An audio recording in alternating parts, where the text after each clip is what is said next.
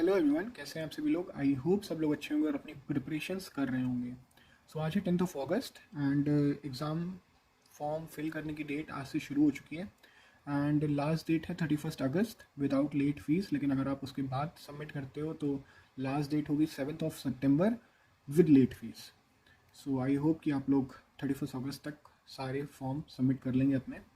सो इस वीडियो में मैं आपको बताऊंगा कि एग्ज़ाम फॉर्म कैसे फिल करते हैं। सो चलिए शुरू करते हैं। शुरू करने से पहले आप अगर चैनल पर नए हो तो प्लीज़ वीडियो को लाइक कर दीजिएगा, कमेंट कर दीजिएगा। अगर कोई भी दिक्कत है तो आप कमेंट सेक्शन खाली आप कमेंट कर दीजिएगा एंड प्लीज़ चैनल सब्सक्राइब कर लीजिएगा जिससे आगे आपको अपडेट्स मिलते रहें। सो चलिए शुरू करते हैं। सो सबसे पहले हम अपनी ICAI की वेबसाइट पे आ जाएंगे और इसके बाद यहाँ से हम लोग जाएंगे नीचे यहाँ पे self service portal. As usual self service portal पे जाने के बाद यहाँ पे हम यूज़र आईडी और पासवर्ड डाल के लॉगिन करेंगे। यूज़र आईडी और पासवर्ड मैंने अभी एक रिसेंट में एक वीडियो बनाई है कि कैसे क्या क्या चीज़ें करनी है। सो उस पर भी काफ़ी बच्चों के डाउट आ रहे हैं। सो मैं आपको बता दूं कि काफ़ी लोगों का APP सीक्वेंस नंबर और उससे रिलेटेड पासवर्ड एक्सेप्ट हो रहा है।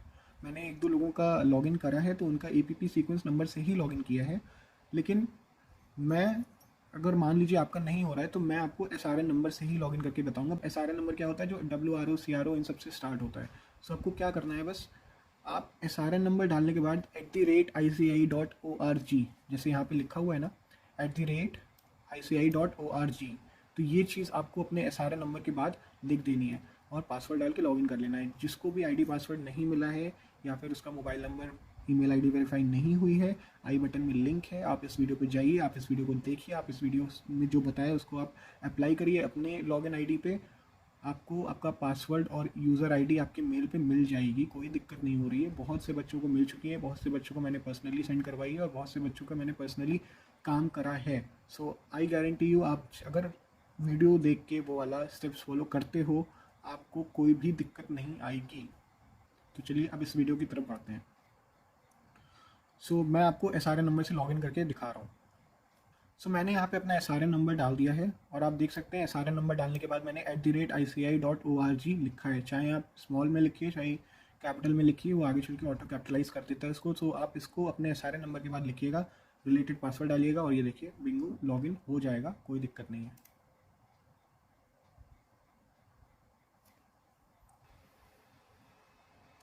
ओके, सो प्राइवेसी पर्पज़ से मैंने अपनी सारी डिटेलिंग हाइड कर ली है। सो आई थिंक आपको इससे कोई दिक्कत नहीं आनी चाहिए, जस्ट आपको उसका कोई काम नहीं है। सो चलिए मैं आपको दिखाता हूँ क्या क्या चीज़ें हैं, क्या क्या कैसे करना है। सो सबसे पहले अगर आप नोटिस करोगे तो यहाँ पे अब एक फंक्शन और आ गया, एग्ज़ाम फंक्शन। इससे पहले वाली वीडियो में एग्ज़ाम फंक्शन नहीं था, सिर्फ स्टूडेंट फंक्शन और आर्टिकल फंक्शन था। सो एग्ज़ाम फंक्शन है, एग्ज़ाम फंक्शन पे ही जाके आपको अपना एग्ज़ाम फॉर्म फिल करना है। कोई भी third party site, third party website, third party link पे जाके कोई भी आपको काम नहीं करना है। जब अगर आपको ओरिजिनल ICAI की वेबसाइट पे चीज़ें हो रही हैं तो आपको कहीं और जाने की कोई भी ज़रूरत नहीं होनी चाहिए और जाना भी नहीं चाहिए। बट अगर आप जाते हो तो आप अपने रिस्क पे अपनी सारी डिटेल्स ओपन करते हो। सो सबसे पहले आपको इस पर क्लिक करना है। एग्ज़ाम फंक्शन पे आप क्लिक मत करिएगा, आप नीचे इंटरमीडिएट एग्ज़ाम रजिस्ट्रेशन दे रखा है, आप उस पर क्लिक करिएगा। अगर कोई बच्चा फाउंडेशन का है तो उसके पे फाउंडेशन एग्ज़ाम रजिस्ट्रेशन लिख के आ रहा होगा। अगर कोई हमारे सीनियर लोग फाइनल के हैं तो आपके पे फाइनल एग्ज़ाम रजिस्ट्रेशन का ऑप्शन आ रहा होगा। सो यहाँ पे हमारे में इंटरमीडिएट का एग्ज़ाम रजिस्ट्रेशन प्रोसेस आ रहा है। सो यहाँ पे हम क्लिक करेंगे। क्लिक करने के बाद पेज ओपन होगा।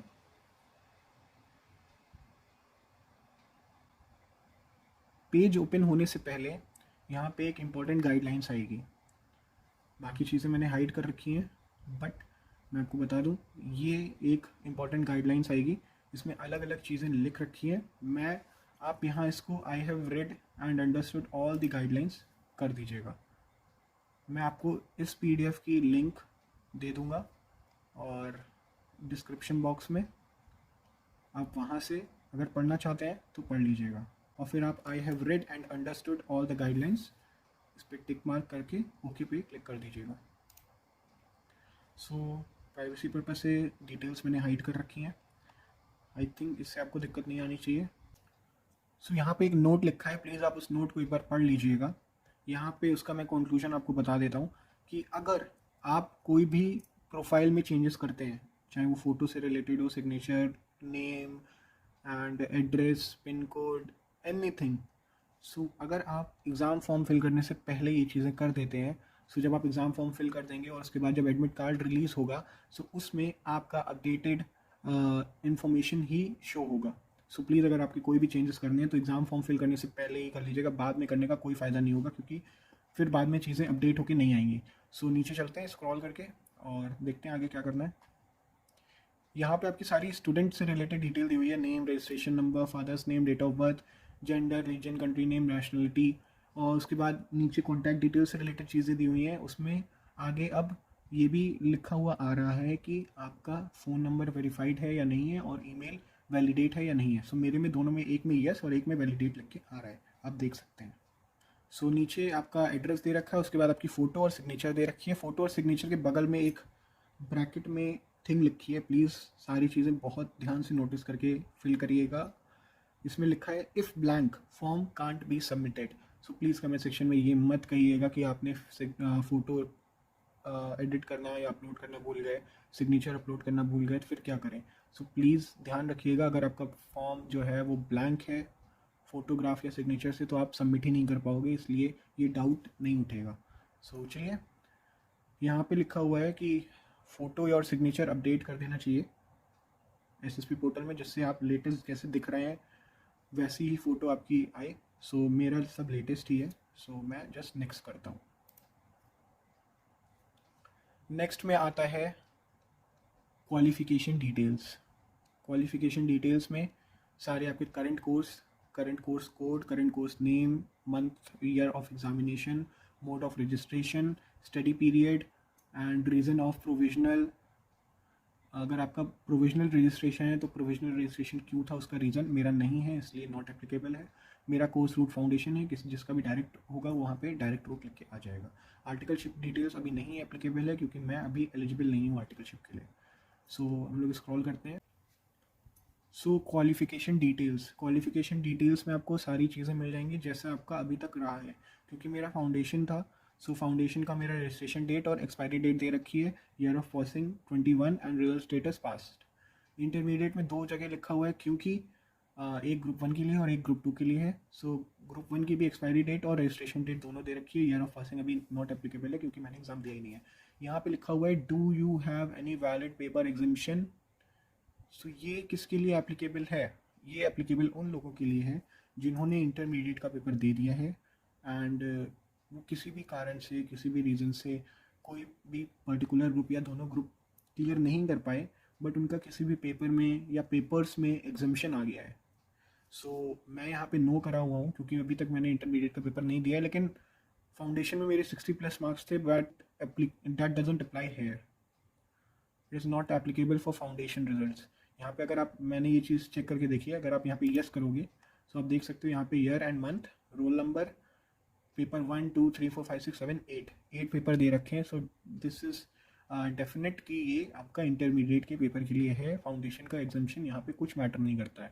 तो यहाँ पे आप नो कर देंगे अगर आपका एग्जामिशन नहीं है। तो अगर आपका ये चीज़ वैलिड हो रही है, आपके ऊपर एप्लीकेबल है, तो आप प्लीज़ यस करके अपनी डिटेल्स फिल कर दीजिएगा।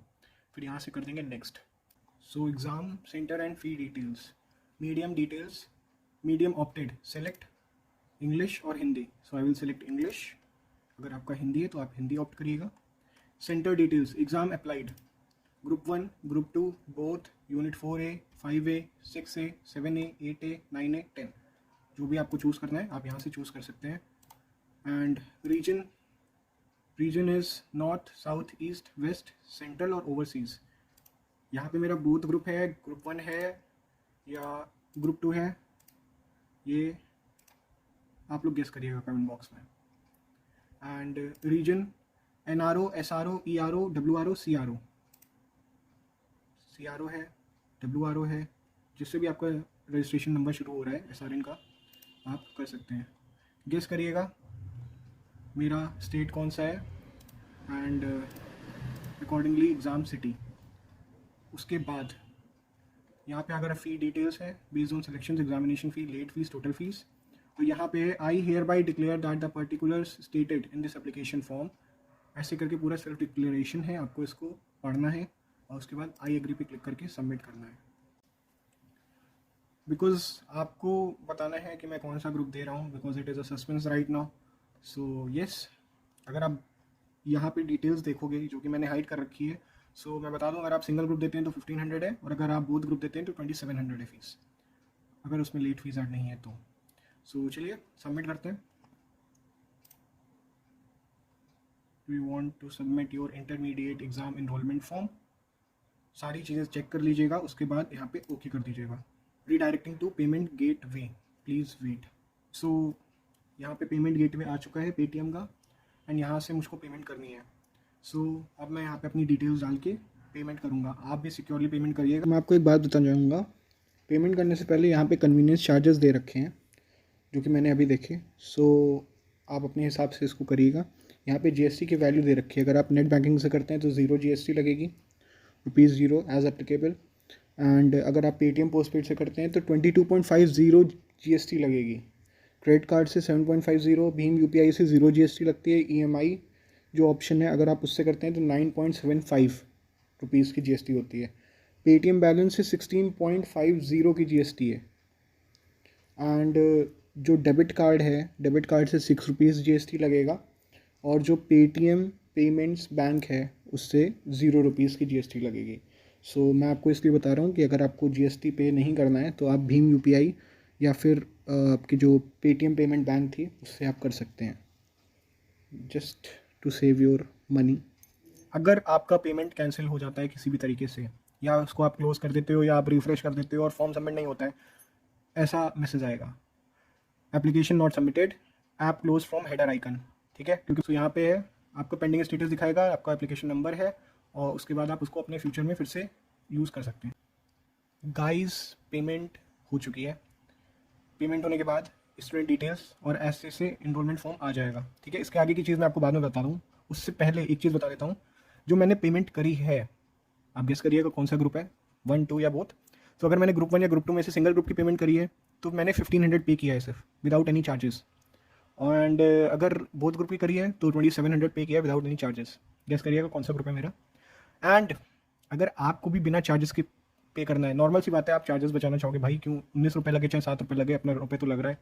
सो अगर आप वो पैसा बचाना चाहते हो, सो वैसे मैंने कन्वीनियंस फी का चार्ट आपको दिखा दिया है, वहाँ से सेलेक्ट कर सकते हो आपको किससे पेमेंट करनी है, it's up to you. But अगर आप कुछ पैसे सेव करना चाहते हो, सो मैंने पेमेंट करी है भीम यूपीआई से।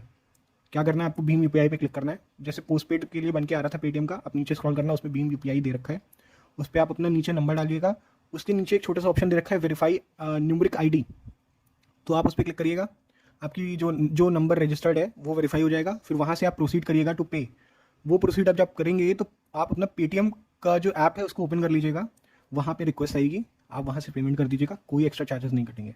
लेकिन अगर आपको किसी और से पेमेंट करनी है तो आप कर सकते हैं, ऐसे कोई हार्ड एंड फास्ट रूल नहीं है कि आपको पेटीएम भीम यूपीआई से ही करना है। आप अगर चार्जेस देना चाहते हैं तो आप दे सकते हैं। तो अभी मैं आपको बताता हूँ, एप्लीकेशन डिटेल आ चुकी है यहाँ पे। जैसे आप पेमेंट कर दोगे, पेमेंट सक्सेसफुल हो जाएगा, आपके पास मैसेज आ जाएगा, यहाँ पे भी पेमेंट सक्सेसफुल का मैसेज आ जाएगा।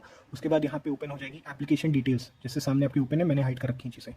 स्टूडेंट डिटेल्स, उसमें सबसे पहले एप्लीकेशन नंबर लिखा होगा, एप्लीकेशन स्टेटस, और ऐसे करके सारी डिटेल्स दे रखी हैं। आपकी एड्रेस दे रखा है, आपका नेम वगैरह दे रखा है, आपके फोटो और सिग्नेचर दे रखे हैं, आपका पेमेंट स्टेटस, सब चीज़ें दे रखी हैं। नीचे स्क्रॉल नहीं करूँगा मैं, लेकिन सारी चीज़ें दे रखी है, क्योंकि फ़ायदा नहीं है ना आपको दिखाना है नहीं, तो फिर स्क्रॉल करने का मतलब नहीं है।